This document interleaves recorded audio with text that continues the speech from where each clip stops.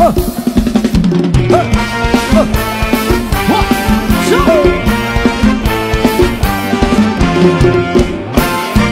ำรวยเป็นน้องสำลีเอาส่วนสำลีเป็นพี่สำรวยสำลีขายหวยแต่สำรวยขา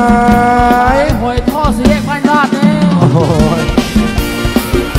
ลูกพี่ชอบไปชอบบ้านน้องอยู่บางทางโน้นบ้านพี่อยู่บางทางนี้เอาหัวตะบันตรงกันแลอาบน้ำกันเห็นกันทุกทีมาซื้อขับ